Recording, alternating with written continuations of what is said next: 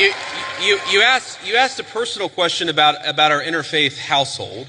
And yes, my wife did not grow up Christian. I think it's fair to say that she grew up in a Hindu family, but not a particularly religious family in either direction. In fact, when I met my wife, we were both, I would consider myself an agnostic or an atheist, and that's what I think she would have considered herself as well.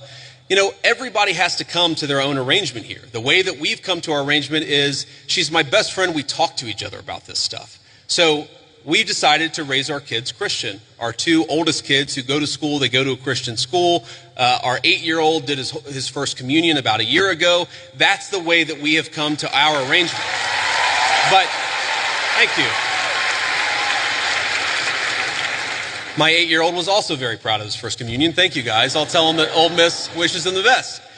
But I think everybody has to have this own conversation when you're in a marriage. I mean, it's true for friends of mine who are in Protestant and Catholic marriages, friends of mine who are in, atheist and Christian marriages. You just got to talk to the only advice I can give is you just got to talk to the person that God has put you with, and you've got to make those decisions as a family unit. For us, it works out.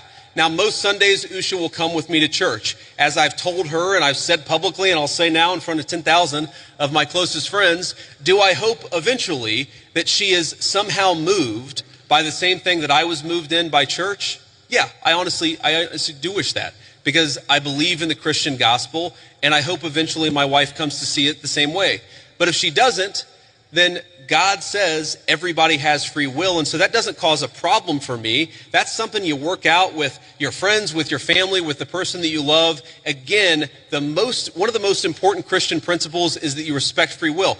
Usha's closer to the priests who baptized me than maybe I am. They talk about this stuff. My attitude is you figure this stuff out as a family, and you trust in God to have a plan, and you try to follow it as best as you can, and that's what I try to do. I want to make a final point. So I don't want to cut you off. I want to be respectful to all the people behind you in line, but I want to make this point about immigration, okay?